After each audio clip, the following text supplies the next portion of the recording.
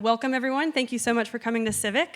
I'm Christina Gibson. I work with the Chattanooga Design Studio as the Outreach and Development Coordinator.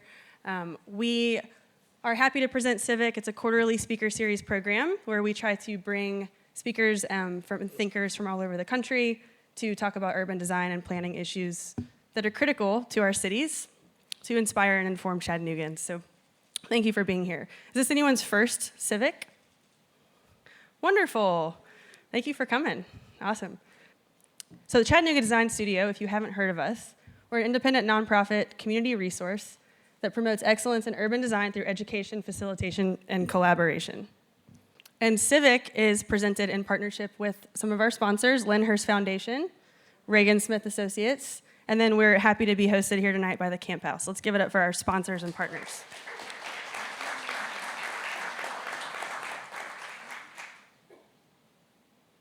Before I forget, and before we get to the end, I wanted to give y'all a heads up that the next CIVIQ will be in May 19th with Sekou Cook.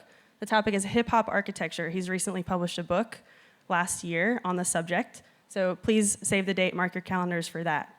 And then without further ado, because we have so much to get into tonight, I want to introduce our speaker, Ellen Dunham-Jones. Ellen comes to us from Atlanta. She is the director of the Masters of Urban Design program at Georgia Tech, writer of two books on the topic of retrofitting suburbia, and written many articles, and a prolific speaker. So we're happy to have her here. Let's all welcome Ellen.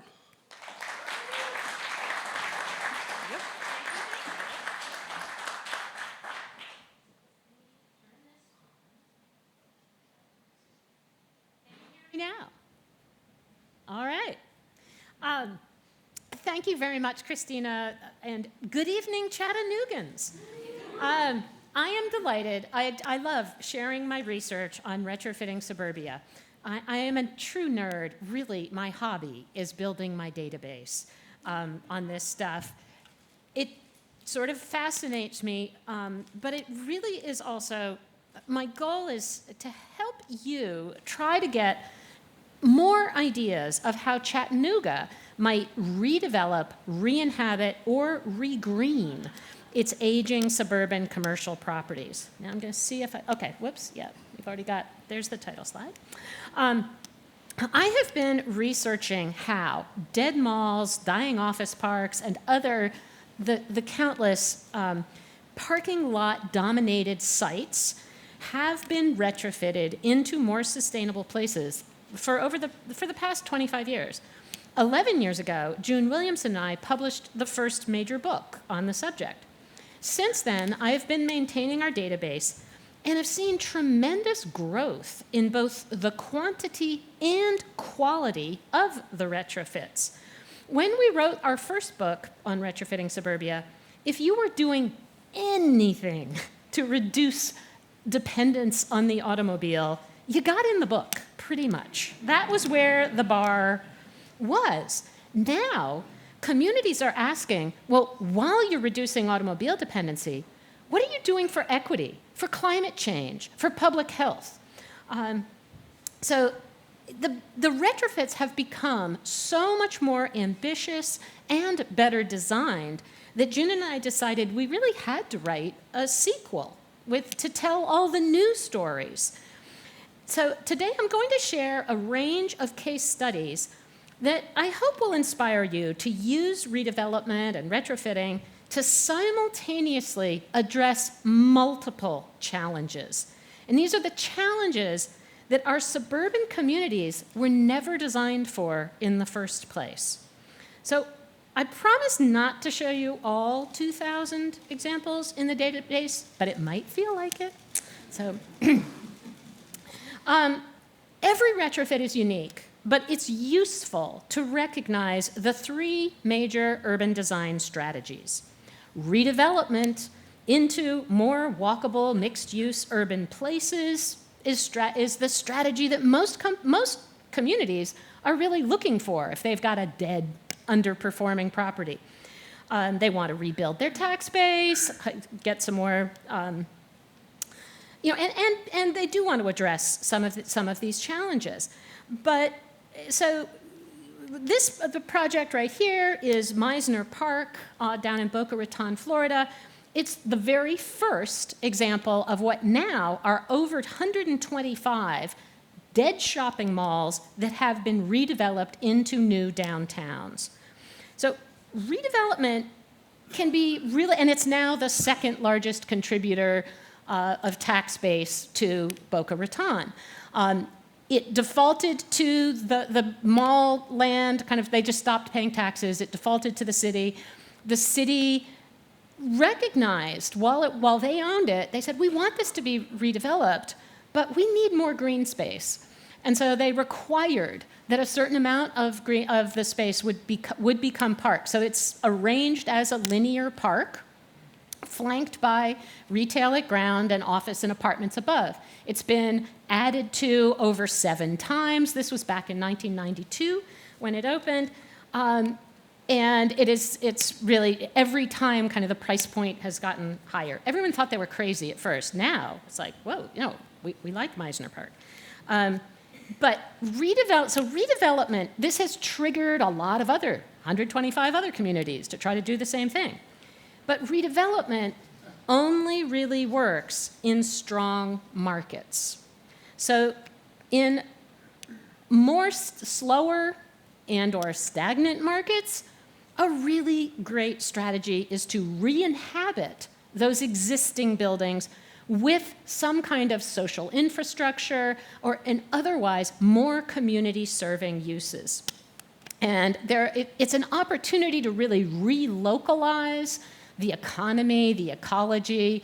We see a lot of really great examples of re-inhabitation.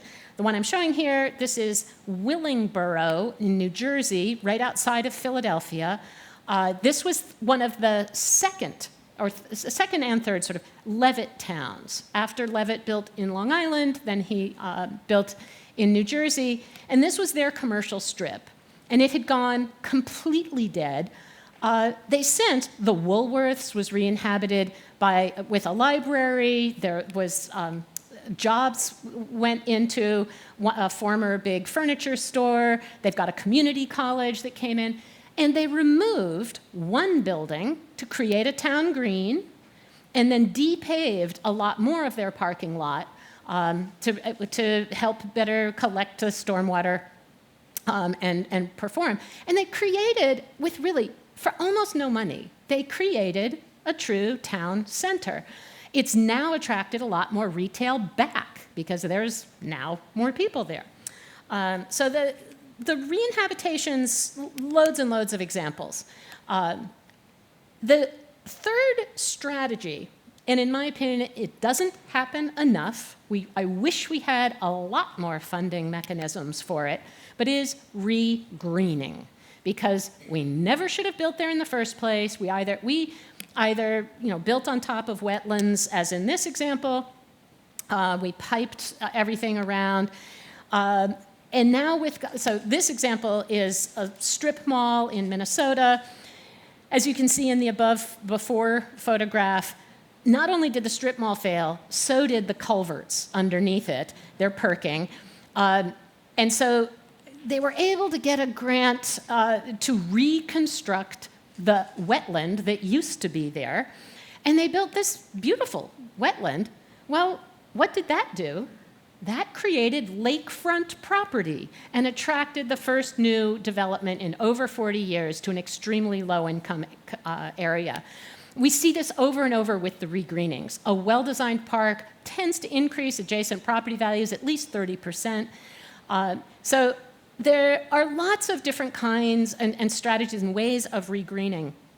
And one of the strategies you'll hear me talk about a little bit more, but is often in communities that have a combined sewer system, where stormwater and sewer water go into the same pipes, that's where EPA is requiring your community to spend a whole lot of money to fix that problem, and that's especially where a lot of regreening can come in, and Chattanooga is one of them.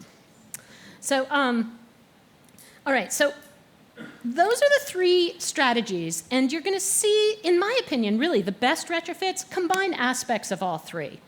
And so you're going to see a bunch of these sort of different strategies. But first, I want to also say, what is it that I mean by suburban?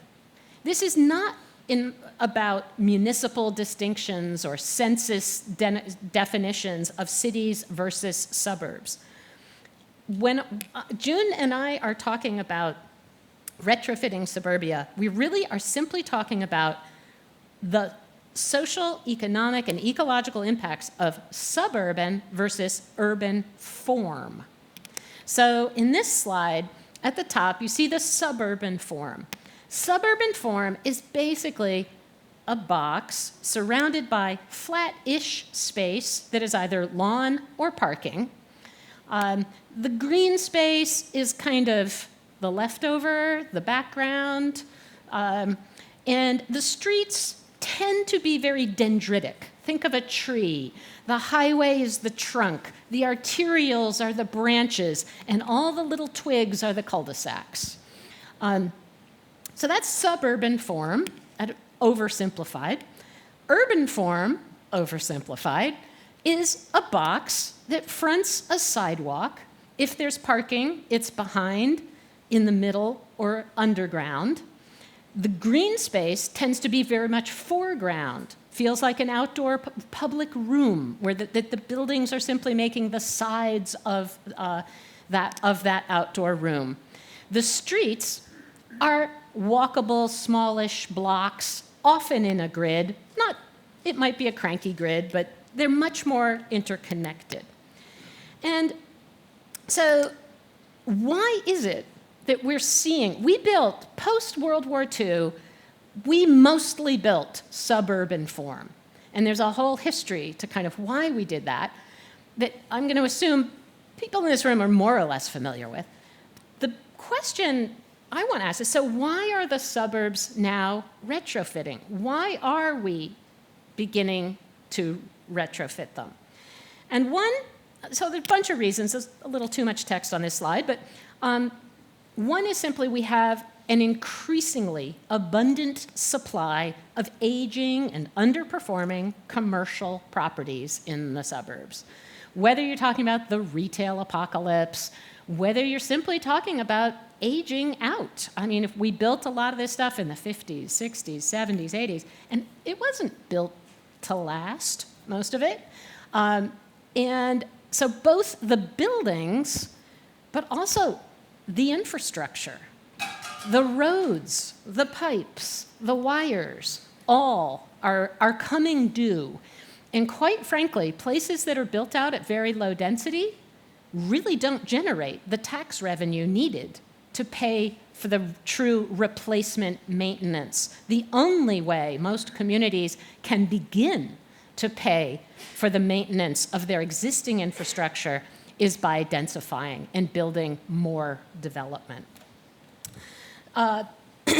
Obviously, another enormous reason why suburbs are retrofitting is climate change.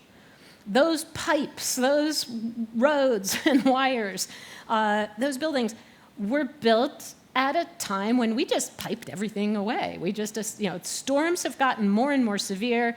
We're seeing both more droughts and harsher, more floods and bigger, and a lot of need to begin to really address. And meanwhile, we're just paving more and more of the planet and making those exacerbating both too much heat and too much wet.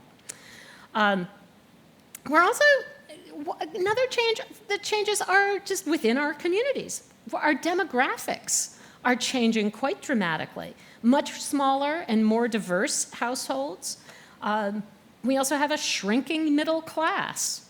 More and more people, more bifurcation of the wealthy suburbanites and the poor suburbanites. Since 2005, more Americans in poverty have lived in suburbs than have lived in cities. And so this segregation of rich and poor people and places has been on the increase. And technology has a role in all this too. We've been spending more time online, and especially during the pandemic, many of us. But in that time, the more time we spend online, the more most of us really crave having a chance to get out into great public spaces, see other people, feel part of a community. A little bit of face-to-face contact, the more time we're spending online. All of this comes together to be driving growth in new market preferences for more compact, more walkable, more inclusive lifestyles. In fact, walkable urban form, places that have good walkable urban form, command an average rent and property tax premium of 75% over places that are characterized by drivable suburban form. So job one remains disrupt our dependence on the automobile. All of the other challenges really cascade from our driving so much. Sadly, our landscape has been designed to require us to drive pretty much everywhere. Yet nationally, almost half of trips are 3 miles or less and could be a relatively easy bike, scooter, or walk, not for everyone, but certainly for a lot of people, if we had sidewalks and bike lanes everywhere. Now on this slide in blue, I list many of the various retrofit strategies that are being used to reduce dependence on the automobile. I'm going to start with the last one. Treat parking lots as building sites. And I mean that both in terms of whether that's building on existing parking lots or whether, when you have to design a new parking lot, design it as a future building site. So the oldest suburban retrofit is this one, Mashpee Commons up on Cape Cod. It was a 1960s strip mall, and instead of selling it to Walmart, the family that owned it decided, we'd like to redevelop it into a New England village. This was their community. They said, why can't we just make a town? Well, because it was completely illegal. Every single code would not allow them to do that. But they persisted slowly and incrementally over 20 years building on the parking lots. They literally they called their streets parking lots because that's what they already were, and that was legal. On-street parking was not. But if you want, they came up with workarounds. But one of the other strategies they used as they were sort of incrementally and temporarily kind of moving things around, they used these little liner buildings. I can't get it just doesn't show on the screen. so right there, those are the liner buildings, and they're shown in the red arrow. So they built little 25 feet deep, 50 feet wide buildings to both screen the view of the parking lots, and to create a sense of enclosure necessary to make that street feel like an outdoor room oriented as more to pedestrians, but also to cars. But clearly, an outdoor room to really feel much more walkable. The liner buildings also were deliberately designed to be way too shallow for any of the national chain retailers. They always want minimum 60-foot depths. Nowadays, they might take 45.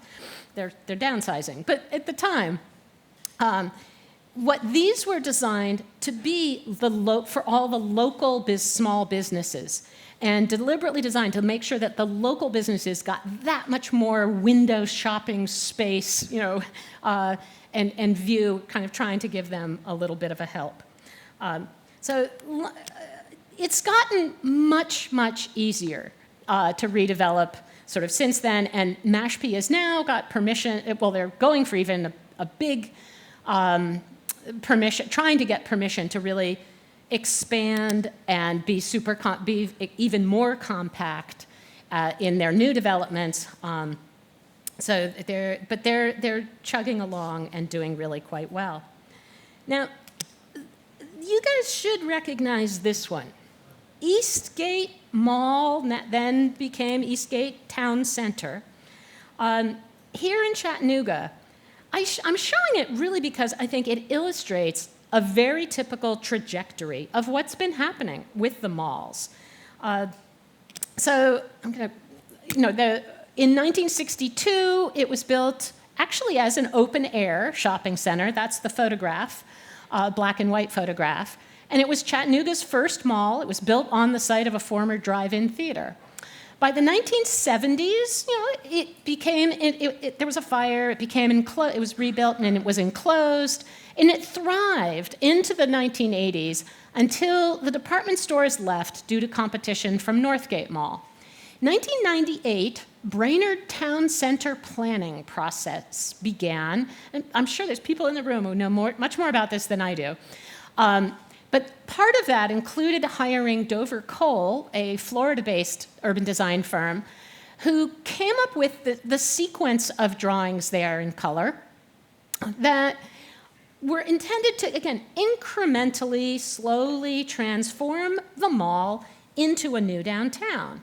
So the first step on the left is to create a pedestrian-friendly entry that would change the sense of place. Instead of arriving at a parking lot, you would arrive at a sort of tree-lined green and with some retail around you. By phase 2, it's break up the parking lots into walkable blocks lined with fine-grained retail and apartments above. And then by phase 3, replace most of the mall as well, add some parking decks, some taller buildings as needed, as would be needed, whatever, when, by that time, to really complete a downtown. Instead, the mall got a facelift to make it look a little more urban, as if it was multiple buildings. So it's more porous. It's not quite the windowless box that it had been. And it's been gradually re-inhabited with mostly non-retail uses that are indeed serving the community as social infrastructure. Various state agencies, there's a call center with quite a lot of jobs, 2 colleges, so it's serving a purpose, but it's really become a re-inhabited mall, of which it's one of about 90 significantly re-inhabited malls. But it's interesting, I think now that downtown Chattanooga has really proven the market for urban living, it's got a much better chance of actually now living up to that urbanization that might come. What I see over and over, people are always asking me, why should we retrofit the suburbs? Isn't that stealing market share away from downtown? And I say, actually, no. I'm very sensitive to that, but what I see over and over is that it's not, the suburbs don't start really redeveloping. They're not stealing from downtown until downtown takes off. And then it's a twin boom. And usually the suburbs become the more affordable version of that urbanization. So that timing can be a long wait, a short wait. It all depends on the market. That timing has come for this mall redevelopment, 9 miles outside of Denver. This was a 3-story big shopping mall. When it died, it's been replaced. They kept one of the department stores, turned it into a civic center, and they built urbanism on about half the site. Created a street, lining it with a lot of apartments and retail, made a big plaza. But there just wasn't really a market for urbanism yet. So when Walmart came in and took the right-hand side of the site, okay, Walmart's there, but they asked Walmart, they said, look, when you build your parking lots, don't put the sewer hookup just diagonally underneath it to wherever the closest place to join up is. Put the sewer lines in the drive lanes. Put the street trees along those drive lanes so that your parking lots, those 6 lots, are ready to be built on. They're designed as future building sites. And Walmart was fine, no problem. That really was not a big ask at all. What's been also interesting at this particular one is that this was planned as a transit-oriented development with a station stop on the very first line of Denver's then just beginning rail transit system. Well, it didn't go enough places at that point to really serve very well as transit. Now, 20 years later, their transit system is significantly bought out. The city is extremely glad that they held on to those properties, and the ground leases, it's 20 years later, those ground leases have expired, and they are getting offers to now densify at a much, actually significantly taller than what was even dreamed of, frankly, 20 years ago. So everything, the retrofits themselves get retrofitted. It is, but trying to plan for that is super important. Now, scaling up even more, this is what I think is probably the most ambitious effort out there. And it may not be that relevant to Chattanooga, but it's always important to see what's kind of how far are the ambitions going. This is an effort to incrementally transfer trips from highway to bus and rail over a 4-mile stretch of the 8-lane Rockville Pike, a Strode, the monstrous hybrid. It's not really a street, it's not really a road, outside of Washington, D.C., about 30 minutes outside of D.C. The county is implementing a developer-led street network to create walkable urbanism and bikeable trail connections at the rail stations. Now, I hope you can tell, it's a little hard to see, all of the red lines are new streets. The black lines are the existing streets, but the dashed lines are the new streets going in on private property. The 6 developers who own, this is about 400 acres, 6 property owners owned most of the land, a mall, a bunch of strip malls, a lot of kind of pretty vacant land. And they have agreed to pay about a 10% additional tax assessment to help pay for the construction of public streets on their private land. And it was their idea. Why? Are they crazy? Every one of these property owners owned property in other parts of D.C., and they absolutely knew. They said, I get double the rents when I'm in a more walkable area. But if I just make my little 20 acres more walkable, that's kind of not meaningless unless my neighbor also does it. We need a continuous street network. And so the developers were the ones who actually paid for the plan at the nudging of the public sector. But the public sector won't issue a permit and in exchange, what the property owners get is the ability to build up to 30 stories.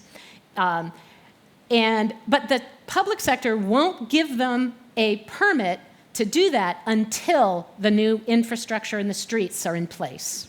So there's a lot of coordination. It's all publicly very accessible. Anyone can look up and see kind of where they are. And their goal is to reduce auto trips, and they've already met their first target of reducing auto trips by 1/3. So now 34% of trips in that area now are not by car. So the first piece of this is the upper, on the left-hand side. So you see the existing 30-acre strip mall that has been redeveloped and significantly densified with a lot of great it's very beautifully designed, I think. Ground floor retail that really rewards the pedestrian eye. A lot of housing, a lot of office, and really paying attention to both. They're thinking at the regional scale of turning this entire 4-mile stretch now into a corridor city. And the county has agreed, they've done the planning, they haven't gotten the funding yet, but for Rockville Pike, that 8-lane will go on a road diet down to 6 lanes with bus rapid transit running down the middle to expand the access to those rail stations. And so it's really quite a remarkable, so this is just the 400, so I've got a blue circle in the middle there, that's the 30-acre strip mall that I'm showing on the left of the 400 acres. And then same thing down below, and that's the entire 4-mile stretch that this is bit by bit going through. So now here's another much smaller version of a road diet. In the town of Lancaster, California, it's about a 2-hour drive outside of Los Angeles. Like many small towns, the heyday of shopping malls really killed Lancaster's Main Street. The town's it's now, they've been losing shops to the mall that's in the next town, so they don't get the tax revenue. The town's first response was to widen their Main Street, but that only sped up how fast drivers zipped by the shops. More recently, they downsized a 9-block length from 5 lanes to 2, put the parking in the middle, in between street trees and streetlights. They also reduced the speed limit from 45 to 20 miles per hour. You'd think it would be and they got rid of 9 traffic lights. You'd think it would be a disaster. But cars moving 45 miles an hour have to be pretty far apart from each other. Cars going 20 miles an hour can actually be pretty close to each other. You get actually more throughput of cars at the slower speed. And now with the cars going more slowly, they can actually see, oh, there's a sale at so-and-so's. Pull into the parking, business is up. Traffic accidents, you don't have the weaving between lanes. Traffic accidents are down. They've been attracting all sorts of, and now they've made a place. They've made a destination. It is much, this is the desert, it's hot, I visited in summer, very hot. But they've put in all these trees, they've helped cool it down, permeable paving in the central area. It also doubles as a parade route. It's where they hold their farmers markets. They can close a couple blocks. They have absolutely made a great place. And that's what's really drawn people to it and back in really a good way. So, however, creating road diets and walkable street networks are obviously not going to work everywhere. In hilly, really spread out areas like Chattanooga and Metro Atlanta, trails have become super popular and a really great alternative for getting around. This example is in Metro Atlanta, Peachtree Corners, a 500-acre office park was their downtown. That's what they considered their central business district. Built in the 1970s, but it was aging. The tenants were having a really hard time attracting employees. All the young employees wanted to be in Midtown, energy, bustling, urbanism. So their community development director, Diana Wheeler, said, all right, we've got to put in some millennial housing. They actually called it that. Makes it sound like gerbil housing to me. I was not such a cool idea, I thought. But they did. They tore down a couple of old office buildings and did build some housing that's done very well, been very popular. But more importantly, they put in the trails. And they said, millennials like to bike to work. Okay, We can do trails. And they came up with a really remarkably successful system of how they laid them out. They laid them out mostly along creeks because that's easy to get an easement because you can't build there anyway. And then they told property owners, give us the easement, we'll give you a density bonus, and they put the trailheads at the properties that they most wanted to see redeveloped, where that density bonus by right would be most effective. And they've also put in a autonomous vehicle test track and a couple of other things, and it really has absolutely improved their situation. They now are attracting the young people again, which was really their challenge. So last example on this topic of reducing automobile dependency is Carmel, Indiana. Carmel is a hotbed of suburban retrofitting. If you get a chance, go. And it is mostly due to one person, the mayor. He's been mayor now for almost 20 years. Almost all suburban redevelopments require public investment, either in land acquisition or the new infrastructure. Now, the most common way to pay for this is through tax increment financing, where the city usually uses that to pay for the new streets, the sewers, other public infrastructure. In Carmel, however, they decided to use the TIF funds for the construction of underground parking, even on fairly cheap land. Generally, you never see underground parking on land that's cheap. People will, it's just so expensive. But they are using, the mayor has absolutely said, no, that's what we're using our TIF funding for. What that has allowed is for then the developers are able to fully transform all of these infill sites into good urban form. They don't have to eat up half the site with surface parking lots, which is normally what one sees. This has dramatically increased the assessed value and property values collected, as you can see.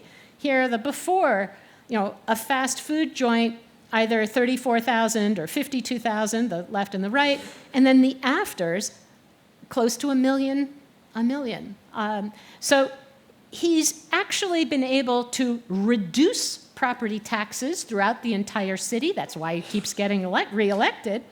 But he's also been able to dramatically increase walkability while providing free, and because it's all of that parking is publicly paid for, all of the underground parking is free. It's the only place I've seen that is doing it like this, and they've been doing it now for about 15 years, and it's absolutely remarkable. The other thing they've done, the mayor really likes Europe. So anytime kind of something, he's been trying to basically recreate his town in a more European image. And so when a couple of his city engineers told the mayor that they were going to have to start replacing a lot of the aging traffic signals. And those traffic lights cost about $250,000 a pop. And he just said, well then, okay, let's put in roundabouts, like in Europe. We'll never have to replace a traffic light ever again. So they've done that to 138 roundabouts of their intersections. The results are astounding. They have reduced injuries 75%. They've reduced idling 50%, saving on greenhouse gas emissions and on driver's time. People are getting through the city faster with the roundabouts. And I love this part, by getting rid of the turn lane. If you have a roundabout, you don't need a turn lane. So all of their 5-lane roads were able to become 4 lanes. All their 3 lanes could become 2. And they built off-road, but within the public right-of-way, a path and a trail system. They have over 200 miles of off-road bike and ped trails. I've never seen anything like it. It's really, so Carmel, it has some lessons to learn from as well. So All right, next big challenge, public health. There is a lot to talk about here. Suffice it to say that suburban sprawl and human sprawl, obesity, correlate. And sadly, obesity increases vulnerability to COVID, to diabetes, and heart disease, all the top killers alongside car crashes. We greatly need to retrofit the suburbs to encourage more physical activity, safer streets, reduced stress, especially from income insecurity, and yet still provide people with places to gather. Because we're seeing a surge in the suburbs of people wanting to move out of the cities, move to lower density places to feel safer, especially during the pandemic. But what I'm also seeing is an absolute surge in proposals to redevelop the dead malls into walkable urbanism. With gathering spaces, it's just, so it's a gentler form of urbanism than a really high density, high-rise elevator city. There's a lot, reducing stress is the other, and really increasing access to nature, access to parks, and sort of biophilia become really important.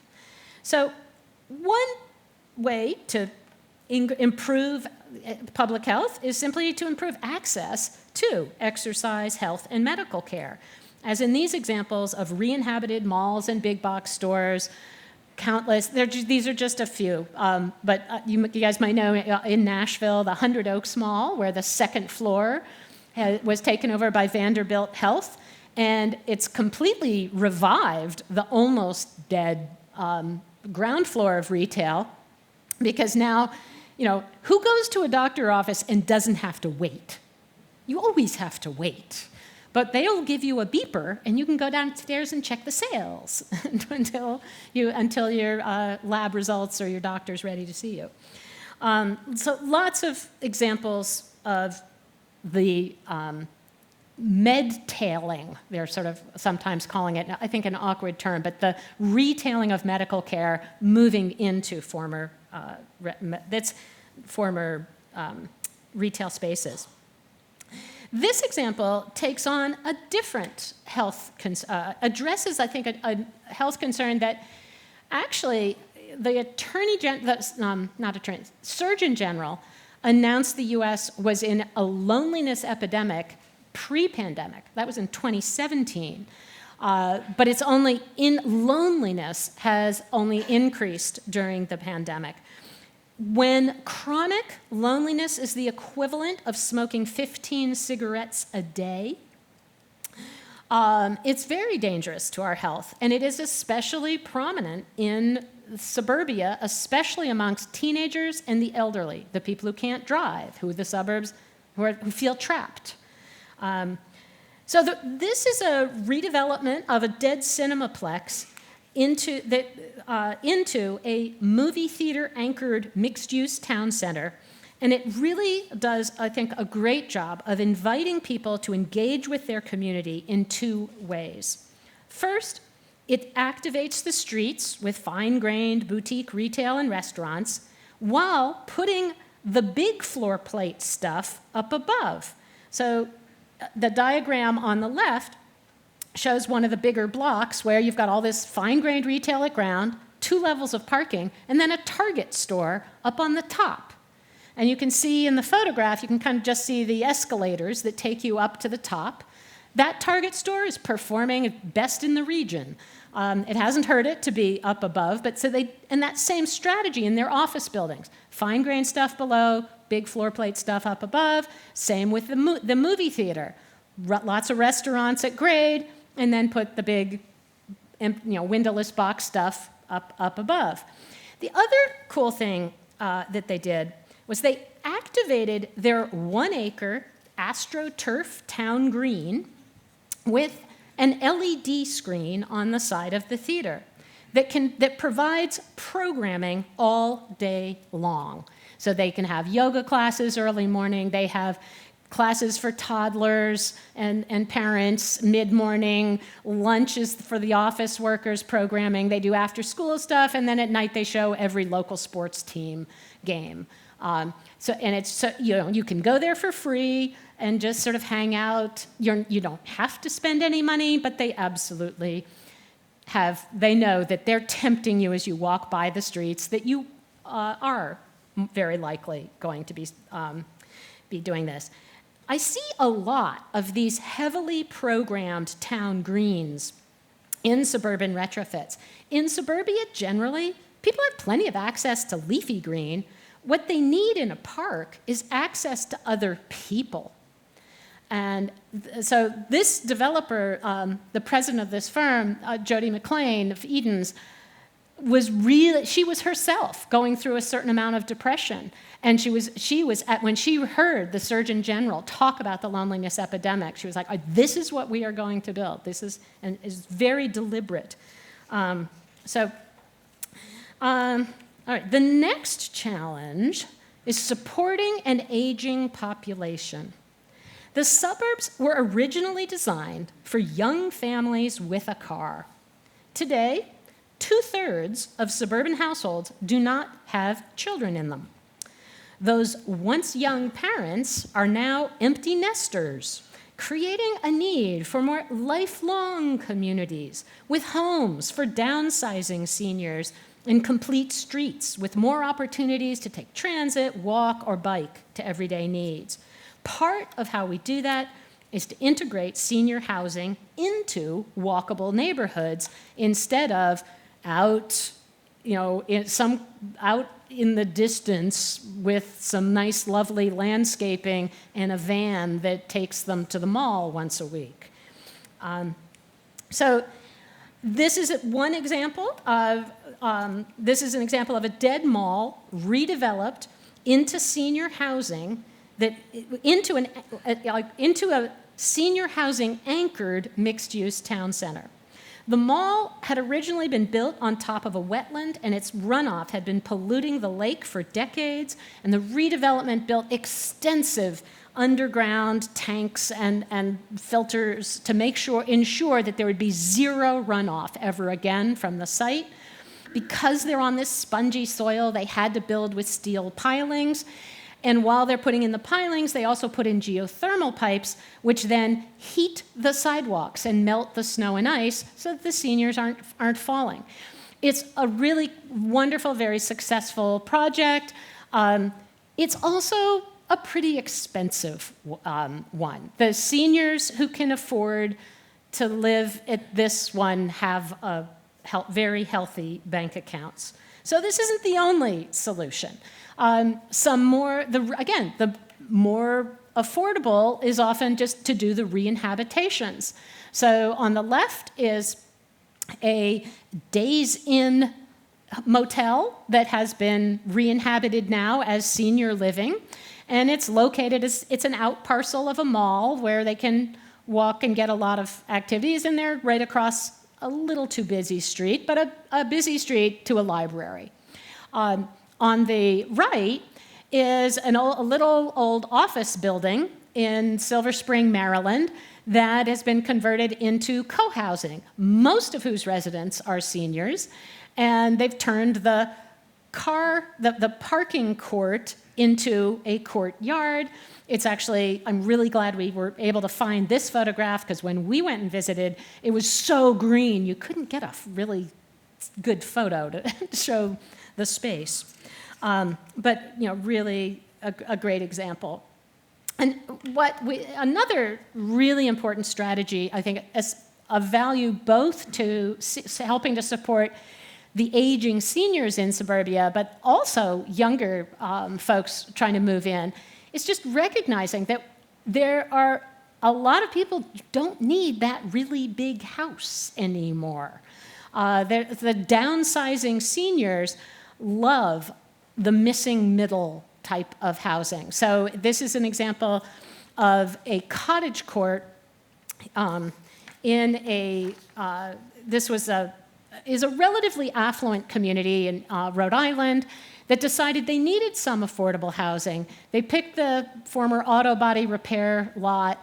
The first scheme that went in of upper right was a double-loaded corridor, big honker of a building, just sort of plopped down, and the neighbors freaked. Nobody really wanted affordable housing in their neighborhood anyway, and you give them this out-of-scale thing. Then they hired one of my former students who gave them a cottage court.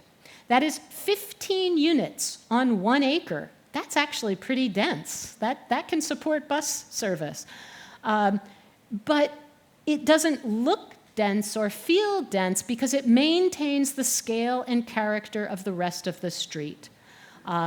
Nobody has complained. It's actually become a model now for a lot more such projects. All right, next challenge is leveraging social capital for equity. As I said, since 2005, more Americans in poverty are living in the suburbs. But while today's suburbs are far more diverse than the 1950s stereotype, the suburbanites themselves tend to be highly income segregated, and trust and social capital are at an all-time low. We have tremendous opportunities to take advantage of underperforming spaces to re-inhabit them with this much-needed social infrastructure and re-greening a lot of those excess parking lots to create places to gather, build community, and build back trust. And, of course, we need to expand affordability in plenty of the areas where we are redeveloping. And much of it does sort of start with just building social capital. I love this one. This is Crystal City is where Amazon 2's headquarters, they won the competition to house Amazon 2's headquarters. It's a really pretty dreary 1970s office park and sort of some big apartment buildings. But the CID has become very creative. Their business improvement district has become very creative, and they have these monthly parking garage races. And it's a terrific example of everyone participates. The CEO, the janitorial staff, and there's equals when they're in that bike race and when they're having fun and racing together. It really is a great example. It's just a great sort of quirky example of building social capital out in the burbs. More typical are taking places like strip malls, which have always been about the convenience center. There you go to get your groceries, stop at the bank if you still do that, the hardware store and the drugstore. But increasingly, as we have more and more households that do not have children in them in the suburbs, people are looking for more places to hang out. They're actually looking for more nightlife in the suburbs. So strip malls have begun to have lots of fancy restaurants in them. They didn't used to, but many more people eat out if they don't, less households have kids. So a third place, it takes the concept that the first place is home, the second place is work, third place is where you go to build community. So often third places are bars. The older people in the audience will remember the TV show Cheers, classic example. The younger ones, you'll have to look it up. But the social part of the deal with a third place is that the hierarchies associated with the first and second don't count in the third. So in the TV show Cheers, the psychologist with his PhD and tie and suit is absolute equal with the postman and their beer buddies. Third places, Suburbia was never really designed to have third places. Suburbia didn't want any kind of nightlife. Not with all the children and the schools. That would be wrong. Suburbia has tended to sort of assume that social life centers on the school. And so we're now absolutely seeing this hunger for people to have places to hang out. So in this example, in Oregon, standard sort of L-shaped strip mall, they made two simple moves. They cut two holes in one leg of the strip mall and then put up these little wooden, it's not completely a roof, but it lets in light, but it creates a warm, welcoming space to sit, to linger, to hang out, that's not directly looking at the cars in the parking lot. It also means that the old back now becomes a front. And that has meant they've got so many more people now from the neighborhoods actually walking and biking to the strip mall instead of just driving to it. And, yeah, that's still a loading dock, but that's like once a day. They don't worry about it. Lots of examples like this one in Atlanta, where in Sandy Springs, a former Target-anchored strip mall has now become their city hall, their performance center, and with a big town green that is very actively programmed with concerts and festivals and speakers to become that gathering space that really helps to hold the community together. There are also tons of examples like this one that are, in this case, this is a dead Walmart that has been re-inhabited as a public library. And they depaved some of the parking lot to also sort of cool it down and regreen it a little bit. One of my favorites of the re-inhabitations is this one in Austin, Texas, where a dead mall was bought. Initially, they just bought the dead J.C. Penney's. Ultimately, they bought the entire mall. So you have a community college that has completely taken over this mall. They're even adding to it a little bit. And then but what they also did was they partnered with a real estate developer who is building housing and office on top of the parking lots. And they're regreening, they're putting in a couple of little sort of college quads, and they've got a running trail that runs all the way around the edge, and they're at a new transit stop. So, I mean, it's a pretty great re-inhabitation, redevelopment, and regreening. And my favorite little detail is that the developer in the office leases makes it a requirement that they have to hire X number of the interns from the community college, which is such a nice little thing. Sometimes even a tiny educational intervention. I mean, part of what is so important about the educational, I also want to mention the community colleges in particular are focusing on providing training for the middle skill, middle wage jobs that are absolutely sorely needed to rebuild the suburban middle class. And that's, I think, that has often kind of been missing in a lot of the redevelopments. This example shows an even smaller, tiny educational intervention, but with remarkable ripple effects. Margie Stagmeyer literally wrote the book on suburban apartment management, and she's made a career of it. She manages really these aging garden apartments, the affordable housing of last resort for millions of low-income suburbanites. These apartments also have extremely high eviction rates, and the kids lose, on average, 3 months of school every time the household has to move. And it's mostly single moms working $10 an hour jobs with a bunch of kids. Margie started a nonprofit called Star City. She still has her for-profit, but she started a nonprofit that targets apartment complexes in the worst performing elementary school districts. She then, and the reason those are the worst performing is because they have big apartment complexes, 300 some units, that are where the kids keep missing, the kids are rotating from one apartment to another, missing all this school, and so ergo you have the worst performing schools. She then works with the schools, the elementary school, to convert one apartment out of 300 into an after-school program. Through the kids, the parents get to know each other and cover for each other if a kid gets sick, so the parent doesn't lose the job and they get back onto that cycle. Tenancy stabilizes, school scores greatly improve, affordable housing is preserved, and Margie actually makes more profit by not raising her rents, but by keeping a stable tenants.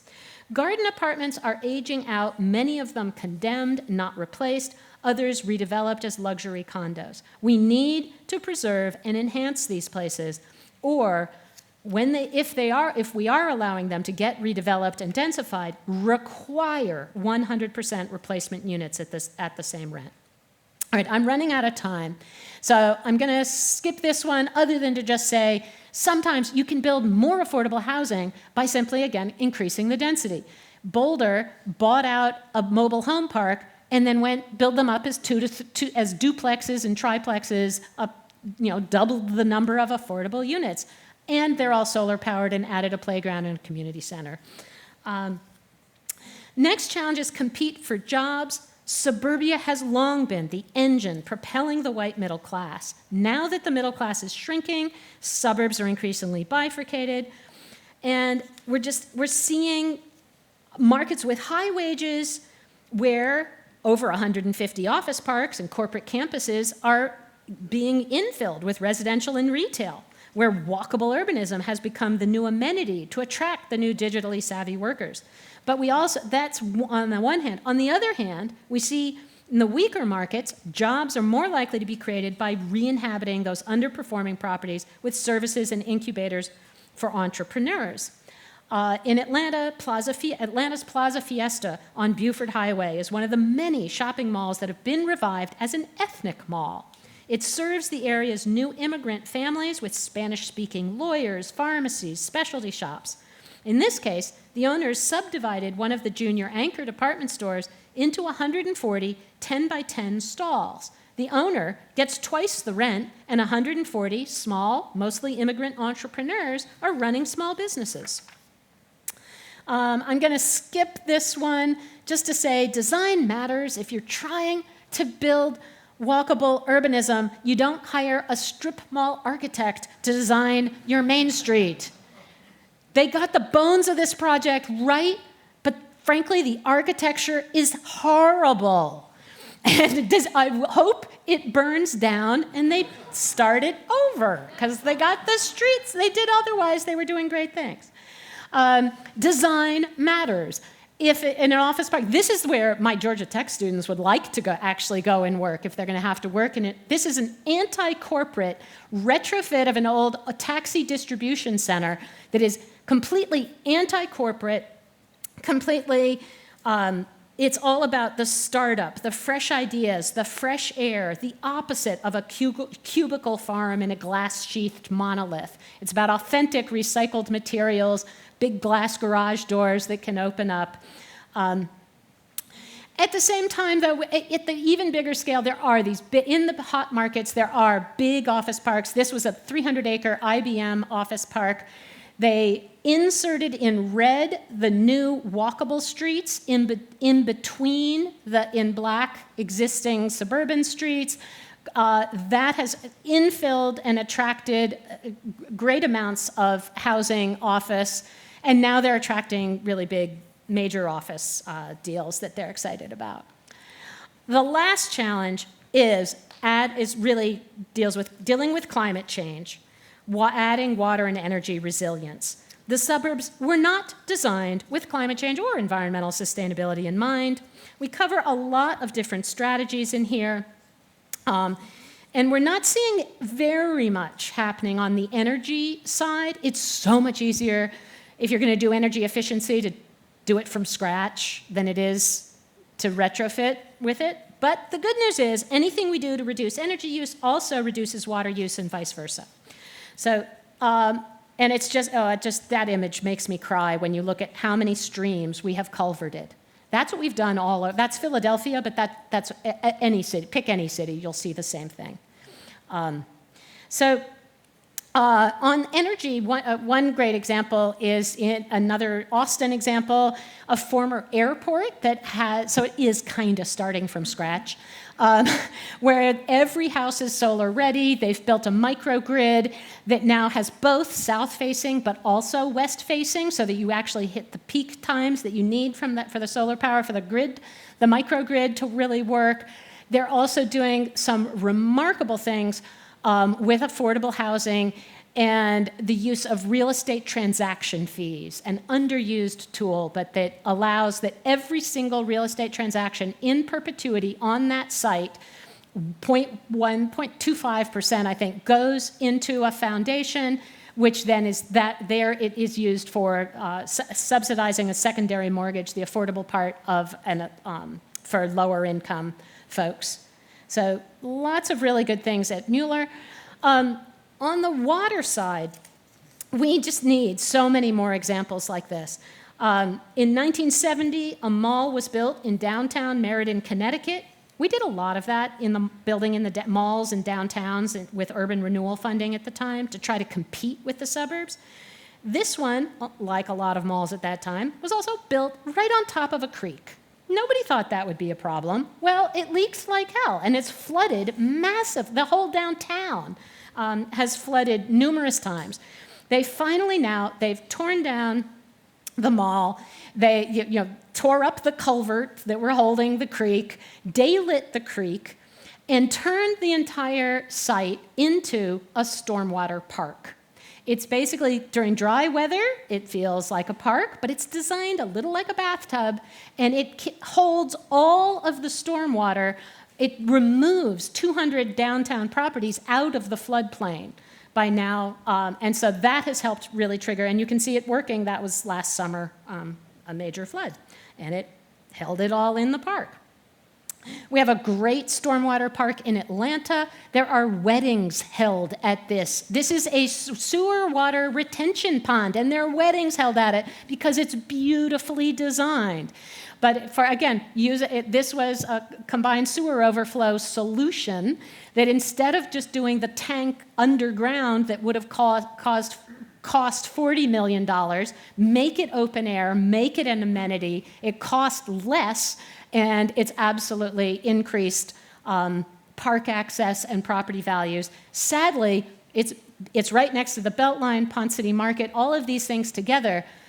It's now escalated property prices so much that a lot of the lower income folks who it was supposed to help serve have been displaced. So it's kind of an example of eco-gentrification. But it's getting a little better. They're building a lot more. Last example, again, a CSO issue. This is in Portland, always super sustainable. Their version of a super block from the downtown, and a new project building on the parking lots of an office building with housing, putting back in the smaller street grid, but also building NORM, the natural organic water recycling machine that is recycling all of the on-site gray water and black water. So all the toilet water as well is being processed on site in artificial wetlands in the plaza. It doesn't smell. People eat lunch right next to it. And okay, it's Portland. They're doing this just because they have to show off their sustainability. No, this was a San Diego hard-nosed developer who did it because it saved him $1.5 million in hookup fees. So there are really important ways to use water and pipes. We think of those pipes as just, that's the engineer's problem. It's an urban design issue. We can do a lot better.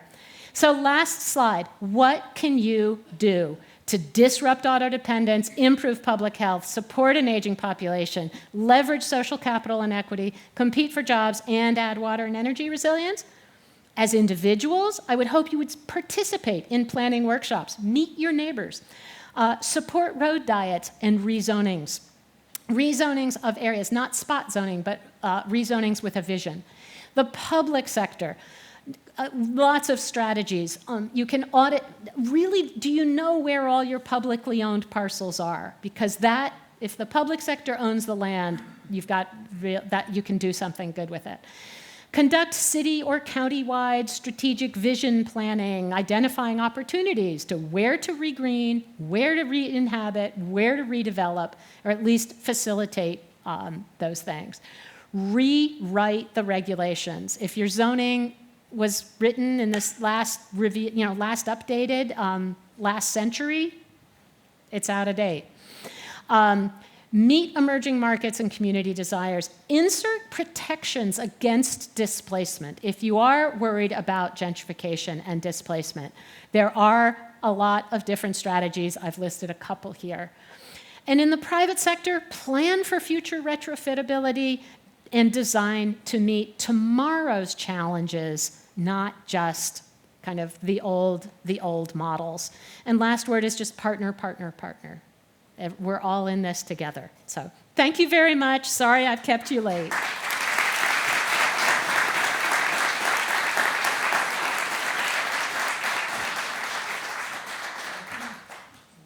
Thank you so much, Ellen. That was amazing. I'm sure that there are many more case studies we can read about in your book. So get a hold of her book for the fine print and the details on those stories. If anyone would like to stick around for 10 minutes or so of Q&A, we can do that. Sorry about the parking. And yeah, we'll do some Q&A. That's okay? All right. Absolutely. Hi. Hi. I'm a former Austin resident, lived there 2000 to 2019, so I saw a number of those projects go through ugly growing pains of kind of sequentially redeveloping. And I'm curious how you get community buy-in. Of course, that area went through such an explosive growth that it was just like you had no other choice but to develop these properties. But like Eastgate Mall here, where it's gone through its first iteration and it kind of languished, like what do you do to, yes, what do you do to keep the energy in this redevelopment? I mean, I think, as I said, there's not always, in some ways, what Chattanooga has done is invest in its downtown, and I do think that is actually, that's a necessary step before an Eastgate is going to redevelop. Now, is that going to be enough? Is some property owner going to really jump at the chance? I mean, they're not going to jump if they're not going to be able to make a legitimate case that to a bank that's going to finance them. And so there's a certain point at which I know a lot of people don't want to hear it, but I've seen sometimes communities, the public sector is so desperate to see something redeveloped that they're putting a lot of money into a project that a bank won't fund. And there's a reason, if the bank won't fund it, is it really a good idea for the public sector to fund it? On the one hand, the public sector has patient capital, and that it can be more patient and wait that longer game. But I would rather generally see the public sector invest in the public realm and let the private sector, then respond. And that's often really is the case. So in a case of Eastgate, it may be more about looking at the actual right of way of the main corridors and saying, what is that average daily traffic count? If it's less than 10,000 cars per day per lane, you can easily justify a road diet and maybe make that a much more attractive public realm, and then begin to can you actually get some parallel streets, something approaching a little bit more connectivity, maybe not a full-fledged street network, but are there things those are the kinds of things that can absolutely help, I think, accelerate projects. The other role is often, and this is going to sound self-serving, but to have urban students in city planning programs or urban design programs come up with some proposals and just help seed ideas that are conversation starters and that help show what is possible. So We have a question over here. So my question is, in the rezoning process, which is primarily community-driven here in Chattanooga, it plays a very important role in the final decision. What strategies can we do to implement better education of the public in the vision and the overall goal? Because what we find in our planning commission and at city council or in the county commission is a great pushback from area residents in embracing some of the principles and ideas that you've laid out before. And that seems to be our biggest challenge, is actually in the public realm. I think it's really understandable why people are afraid of change. We've all seen bad things happen. Change. We all know examples of things, change being a bad thing, and people are generally so much more comfortable with, the devil you know than the devil you don't. And so but what I do see a lot is that attitude changes. If you have a truly dead, sometimes the properties just aren't dead enough. But honestly, it's once, if there is a completely vacant strip mall, big box, whatever, the neighbors around that are going to tend to come banging on the door. What are you doing? You've got to do something. So suddenly, sometimes that's, you just have to wait for it to really get dead. But other times, I think it's about sometimes making the conversation a little more personal. And I often will talk to folks who are against affordable housing or against reducing lot size, lot minimums and things. And I'll say, tell me, do you have kids? Can your kids afford to live in this neighborhood? Do they want to? Do you want them to? And talk about, do you have any plans to downsize? Where are you going to go? Do you want to stay in this neighborhood? So sometimes, but then making it personal, it was surprised the hell out of me. In Georgia, the head of the Georgia House keeps a little apartment right in downtown Atlanta. He's a rural legislator. His home is in a very rural county, but he keeps a little pied-à-terre in downtown in case the session's going late and stuff. And he was quoted saying, "Gosh darn it, I can't get into my unit because my sons they're living there. They want to be in downtown Atlanta. Who would have thought?" And it was that realization of actually, there's generational change is a real thing.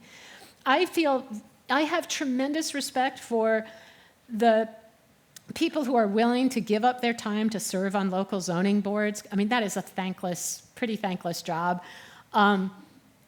And yet, the people who have the time for it, who volunteer as local neighborhood representatives, are often retired and are trying to protect their neighborhood. They want their neighborhood to attract new households that look exactly like theirs did 40, 50 years ago. And those households don't exist. And that's really what I think folks really need to understand. I think I think on the slide I had the stat that by 2035, not that far from now really, seniors will outnumber children in this country. We just are the demographics, we have such a glut of single-family houses nationwide, and certainly affordable single-family houses we don't have nearly enough of. But they're not all in the places we want them really to be to serve. But we really need to diversify our housing options. So I don't know. Are those arguments helpful, or are those you've already tried all those? The challenge becomes challenge becomes, though, when the zoning decisions are so driven by the community input, is that opportunity in front of a zoning board. I sit on it for the county, I sit on it for the city, and I chair it for the city. Is those are the people that elect you, and that's important Of course it is, absolutely. because they'll elect somebody else. Yeah. If that will do what they want, and then we all lose when we don't have that openness to thinking. And The issue though is that we have to come to you in the first place because our zoning doesn't allow it. well, and that's a really good point, which is why the city of Chattanooga is working with the consultant, come here, Russ. And our the assessment's done, now we're gonna step forward and start revisiting our zoning, and that's a very good point, because it's so outdated. We've been battling that now for 20 plus years. But that education piece Yeah. is missing, because they only show up when the NIMBYism pops in. I mean, that's part of why this is going to be self-serving as well, but I'll say that's kind of what, buy my book. get the videos out to them for free. You don't have to buy the book. But I mean, seriously, so much I try in the slides to always show before and after, because almost every community has the same befores, plenty of them. And so to be able to show people that, look, the after can actually be awesome. You don't need to be afraid of this. This is a good thing. At least hopefully warms them. I mean, that's how I am trying to contribute to making that job a little bit easier.